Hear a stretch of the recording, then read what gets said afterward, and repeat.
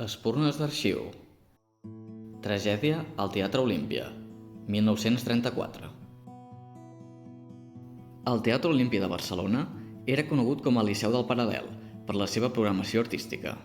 El local també acollia esdeveniments esportius com la boxa, on combatien les grans estrelles.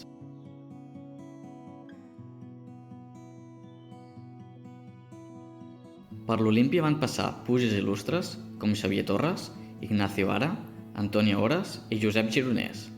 El 13 de juny de 1934, Julián Martín, jove prometedor de 22 anys, va patir un tràgic accident.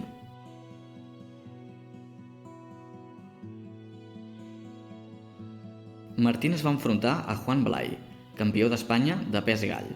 El combat va començar igualat, però l'experiència del segon li donava avantatge respecte al seu contrincant en els primers assalts.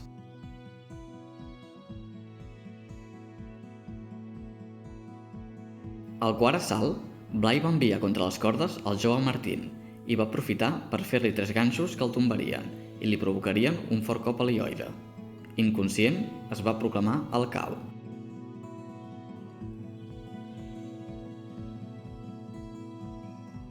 Els cuidadors, en adonar-se que no recuperava, el van traslladar a la infermeria, on els metges van intentar reanimar-lo amb massatges, respiració artificial i adrenalina. El boxador, però, va morir.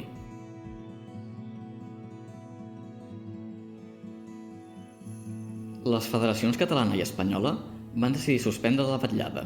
Mentre el seu cos era traslladat a l'Hospital Clínic, van començar les declaracions dels testimonis a l'Olímpia.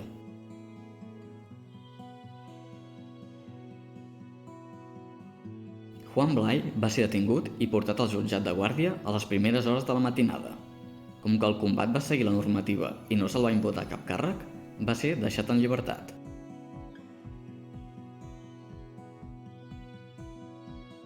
A l'Arxiu Nacional conservem una fotografia de Josep Brangolí que immortalitza el seguici fúnebre que es va celebrar 3 dies després de la seva mort.